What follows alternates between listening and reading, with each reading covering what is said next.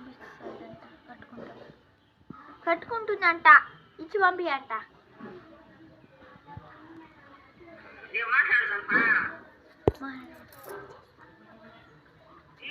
పన్నున్నదా?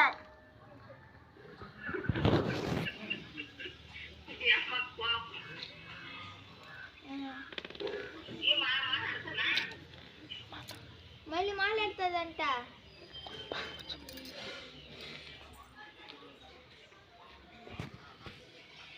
సరే చేతు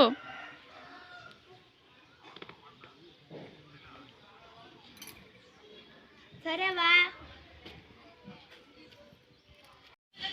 మా పిల్లలు అయితే ఊరు వెళ్ళిపోతున్నారని చెప్పాను కదా, బయలుదేరేశారనమాట. బయలుదేరైతే ఏం చేస్తున్నారంటే నైల్స్, ఫుల్ నైల్స్ నైల్స్ అయితే కట్ చేపిస్తున్నాను.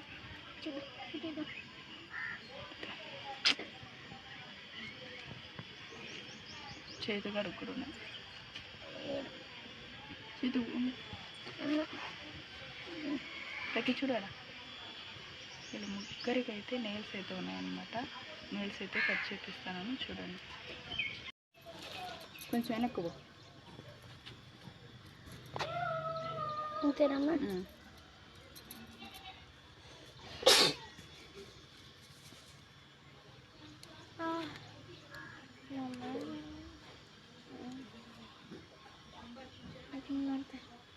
పైకి ఎత్తురా కొంచెం.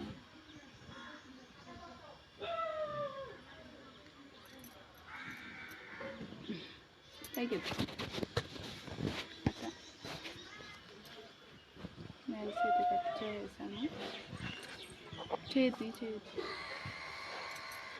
నెయిల్స్ అయితే కట్ చేయను అనమాట. కట్ చే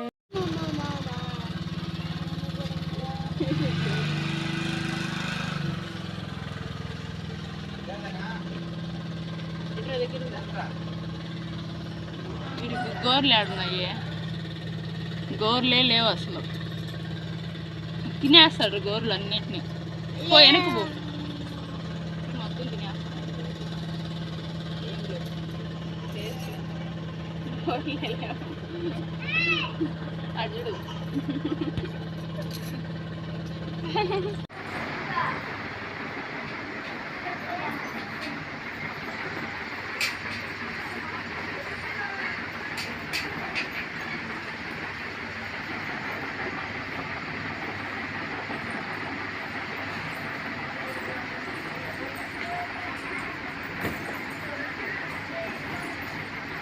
ఇట్టు చూడేమే పడిపోయేది.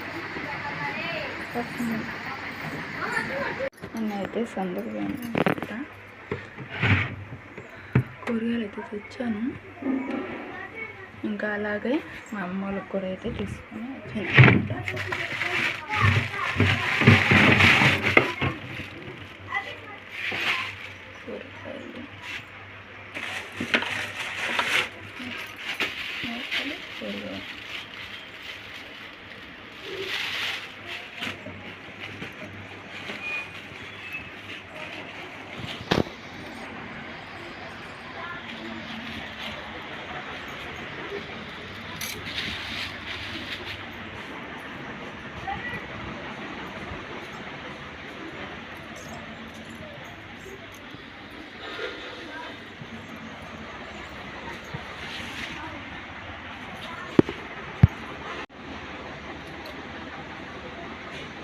కూరగాయలు కూరగాయలు బ్యాగ్ మరి అయితే సర్దేశాను అనమాట.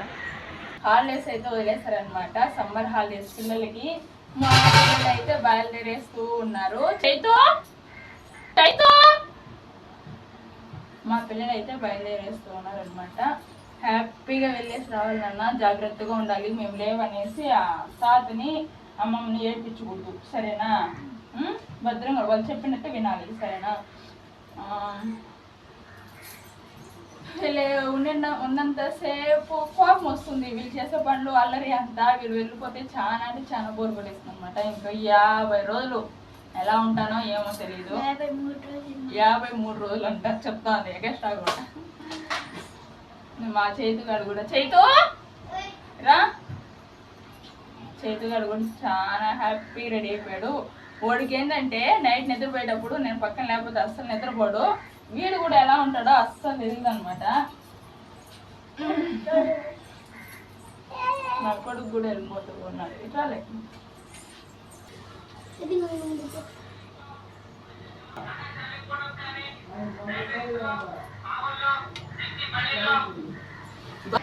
బాయ్.